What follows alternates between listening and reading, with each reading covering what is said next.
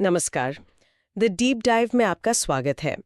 हम सब ने बॉम्बे स्टॉक एक्सचेंज या नेशनल स्टॉक एक्सचेंज के बारे में तो सुना ही है।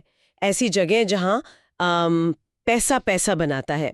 लेकिन क्या आपने कभी ऐसे स्टॉक एक्सचेंज के बारे में सोचा है जहां लिस्टेड कंपनियों का मकसद मुनाफा नहीं बल्कि मकसद है, जहां निवेश का रिटर्न पैसों में नहीं बल्कि समाज में आए बदलाव से मापा जाता हो? आज हम इसी अनोखे और क्रांतिकारी कॉन्सेप्ट की गहराई में उतरेंगे। सोशल स्टॉक एक्सचेंज यानी एसएससी। ये आइडिया पहली बार 2019-20 के बजट भाषण में वित्त मंत्री ने पेश किया था और अब ये एक हकीकत बन चुका है। हमारे पास जो स्टडी नोट्स हैं वो सेबी के पूरे फ्रेमवर्क की जानकारी देते हैं। तो चलिए समझते हैं कि ये एसएससी आखिर है क्या। ये एक बहुत ही महत्वपूर्ण सवाल है। आसान भाषा में कहें तो सोशल स्टॉक एक्सचेंज एक अलग सेगमेंट है जिसे मौजूदा स्टॉक एक्सचेंज जैसे बीएसई या एनएसई पर ही बनाया गया है। अच्छा, तो ये कोई बिल्कुल अलग बिल्डिंग या संस्था नहीं है? नहीं, बिल्कुल नहीं। इसे रेगुलेट करने का काम सेबी ही करती है और इसका मकसद सिर्फ एक है, उन संस्थाओं को पैसा जुटाने का एक पारदर्शी प्लेटफॉर्म देना जिनका मुख्य काम सामाजिक भलाई करना है। मतलब ये चैरिटी और कैपिटल मार्केट के बीच एक पुल की तरह काम कर रहा है। बिल्कुल, आपने एकदम सही समझा। देखिए, भारत में सोशल सेक्टर दशकों से या तो सरकारी अनुदान पर चला है या फिर डोनेशन पर इसमें हमेशा पारदर्शिता की कमी रही है। एसएसई इसी कमी को दूर करने की एक कोशिश है और इसे बनाने के लिए सेबी ने बहुत गंभीरता से काम किया। पहले सितंबर 2019 में श्री इशात हुसैन की अध्यक्षता में एक वर्किंग ग्रुप बना। फिर उनकी सिफारिशों को और बेहतर बनाने के लिए सितंबर 2020 में नाबार्ड के पूर्व चेयरमैन डॉक्टर हर्ष कुमार भनवाला की अध्यक्षता में एक टेक्निकल ग्रुप का गठन हुआ। आज हम जिस एसएससी को देख रहे हैं वो इन्हीं ग्रुप्स की सिफारिशों का नतीजा है। ठीक है, तो ये तो साफ हो गया कि ये एक बहुत सोच समझकर बनाया गया प्लेटफॉर्म है। पर इस प्लेटफॉर्म पर आ कौन सकता है? ये सोशल एंटरप्राइजेज आखिर हैं कौन? क्या कोई भी एनजीओ आकर यहाँ लिस्ट हो सकता है? नहीं, यहाँ आने के लिए कुछ कड़ी शर्तें हैं। टेक्निकल ग्रुप ने साफ किया है कि एसएससी में केवल वही संस्थाएं भाग ले सकती हैं जिनका प्राथमिक लक्ष्य सोशल इंटेंट एंड इम्पैक्ट हो। अच्छा, और इसे परखने के लिए 3 फिल्टर बनाए गए हैं। 3 फिल्टर, ये दिलचस्प है। हाँ, पहला फिल्टर यह है कि इस संस्था को 15 निर्धारित सामाजिक गतिविधियों में से कम किसी एक में शामिल होना होगा। ठीक है। दूसरा फिल्टर यह है कि संस्था का काम समाज के वंचित अंडरसर्व्ड और लेस प्रिविलेज्ड तबकों के लिए होना चाहिए। और तीसरा फिल्टर सबसे महत्वपूर्ण है। वो ये तय करता है कि संस्था की कम से कम 67% गतिविधियां यानी 2/3 काम इन्हीं योग्य सामाजिक गतिविधियों और लक्षित आबादी के लिए होना चाहिए। 67%? ये तो काफी ज्यादा है। बिल्कुल, सोशल इंटेंट उसके डीएनए में होना चाहिए। सही, लेकिन आपने 15 गतिविधियों की बात की। क्या आप कुछ उदाहरण दे सकते हैं? जरूर। ये लिस्ट बहुत व्यापक है और इसे कंपनीज एक्ट 2013 के शेड्यूल 7 और सस्टेनेबल डेवलपमेंट गोल्स यानी एसडीजीज को ध्यान में रखकर बनाया गया है। कुछ प्रमुख गतिविधियां हैं जैसे भुखमरी, गरीबी, कुपोषण और असमानता को मिटाना। मतलब रोटी, कपड़ा, मकान, स्वास्थ्य और शिक्षा, ये तो हमारे देश की सबसे बड़ी चुनौतियां हैं। सही कहा। इसमें स्वास्थ्य सेवा जिसमें मानसिक स्वास्थ्य और स्वच्छता भी शामिल है और शिक्षा, रोजगार और आजीविका को बढ़ावा देना भी है। फिर सामाजिक सशक्तिकरण भी है जैसे लैंगिक समानता, महिलाओं और LGBTQIA+ समुदायों का सशक्तिकरण। और पर्यावरण। हाँ, पर्यावरण भी, पर्यावरणीय स्थिरता, जलवायु परिवर्तन और वन्य जीव संरक्षण और तो और राष्ट्रीय विरासत, कला और संस्कृति का संरक्षण भी इसमें शामिल है। ये तो लगभग हर जरूरी क्षेत्र को कवर कर लेता है। अच्छा, इन संस्थाओं को 2 श्रेणियों में बांटा गया है ना? नॉन प्रॉफिट और फॉर प्रॉफिट। जी।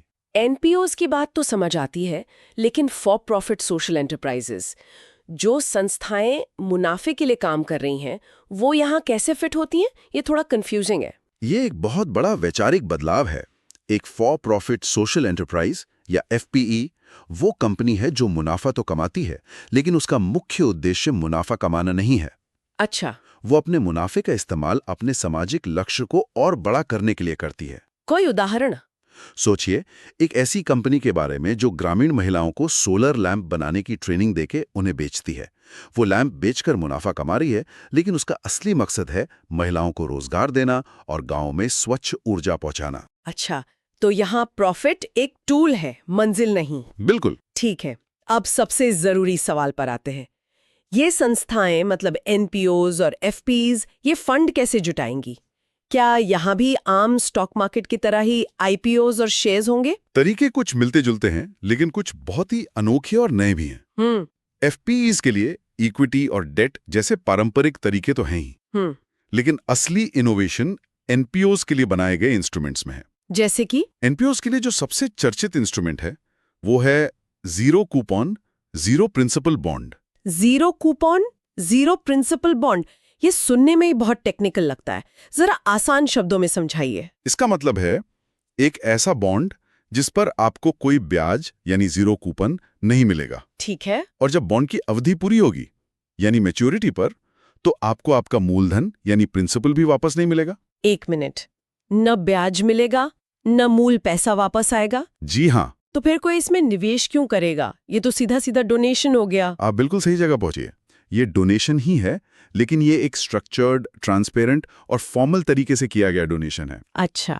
यहाँ निवेशक को फाइनेंशियल रिटर्न का वादा नहीं किया जाता, बल्कि सोशल रिटर्न का वादा किया जाता है। सोशल रिटर्न मतलब? मान लीजिए एक एनपीओ है जो 10 गांव में साफ पानी के कुएं खोदना चाहती है। उसे 50 लाख रुपए चाहिए। वो एसएसी पर 1000 रुपए के 5000 जीजीपी बॉन्ड जारी कर सकती है। ठीक है। अब कोई भी व्यक्ति 1000 रुपए का एक बॉन्ड खरीदकर इस प्रोजेक्ट का हिस्सा बन सकता है। जब प्रोजेक्ट पूरा होगा तो एनपीओ एक इम्पैक्ट रिपोर्ट जारी करेगी। और उस रिपोर्ट में क्या होगा? उसमें बताया जाएगा कि उन 10 गांवों के कितने परिवारों तक साफ पानी पहुंचा। वो रिपोर्ट ही आपका सोशल रिटर्न है। कमाल है। तो ये डोनेशन को एक फॉर्मल फाइनेंशियल इंस्ट्रूमेंट का रूप दे रहा है। बिल्कुल।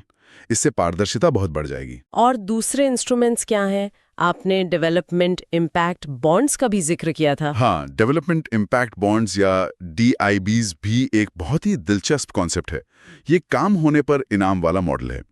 इसमें एक सर्विस प्रोवाइडर मतलब एनपीओ या एफपी जमीन पर काम करता है।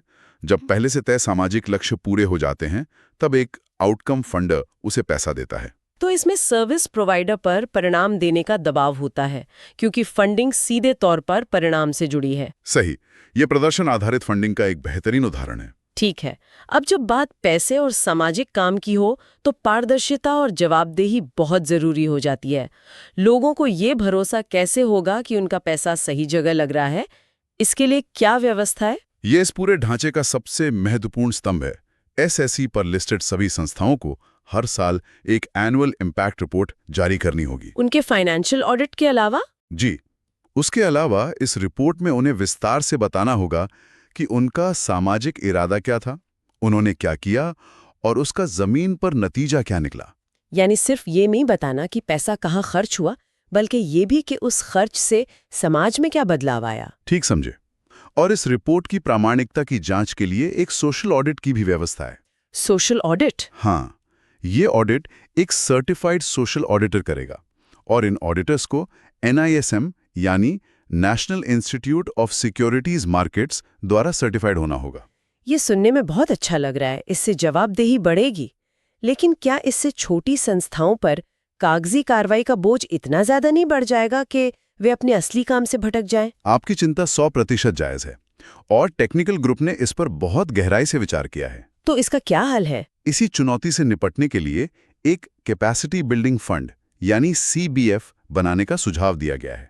इसका क्या काम होगा? इसका मुख्य उद्देश्य छोटी एनपीओस को एसएससी की प्रक्रियाओं को समझने में मदद करना है। ये फंड उन्हें लिस्टिंग की फीस भरने में, टेक्नोलॉजी अपनाने में और अपनी इम्पैक्ट रिपोर्ट तैयार करने में आर्थिक और तकनीकी सहायता देगा। ये तो एक तरह का सपोर्ट सिस्टम हुआ। जी, ताकि छोटी संस्थाएं भी इस प्लेटफॉर्म का फायदा उठा सकें। ये तो बहुत जरूरी है। इस फंड के लिए पैसा कहाँ से आएगा? इस फंड को नाबार्ड में रखने का प्रस्ताव है। इसका शुरुआती कॉर्पस 100 करोड़ रुपए का होगा।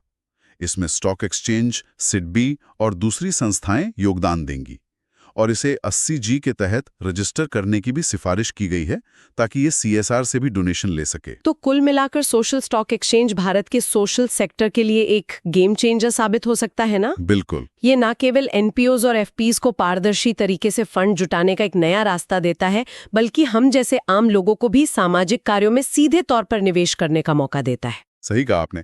यहाँ निवेश का मतलब सिर्फ पैसा लगाना नहीं है, बल्कि एक बेहतर समाज बनाने में अपना योगदान देना है। Zero coupon zero principal bond जैसे नवाचार दिखाते हैं कि कैसे फाइनेंस और सामाजिक भलाई को एक साथ लाया जा सकता है। वाकई में ये एक बहुत बड़ा और साहसिक कदम है। ये चैरिटी को अकाउंटेबिलिटी के साथ जोड़ता है और कैपिटल को कंपैशन के साथ। जाते जाते हम अपने श्रोताओं के लिए एक सवाल छोड़ना चाहेंगे। सोचिए, एक ऐसी दुनिया के बारे में जहां आपकी इन्वेस्टमेंट पोर्टफोलियो में कंपनियों के शेयर के साथ साथ किसी गांव में लगे वाटर प्यूरिफायर का बॉन्ड भी हो। जब किसी निवेश का रिटर्न पैसों के मुनाफे में नहीं, बल्कि किसी बच्चे की मुस्कान, साफ पर्यावरण या किसी को मिले रोजगार में मापा जाएगा, तो क्या यह हमारे पैसे और सफलता को देखने के नजरिए को हमेशा के लिए बदल देगा? इस पर विचार जरूर कीजिएगा। अगली बार फिर मिलेंगे एक और विषय की गहरी पड़ताल के साथ। धन्यवाद।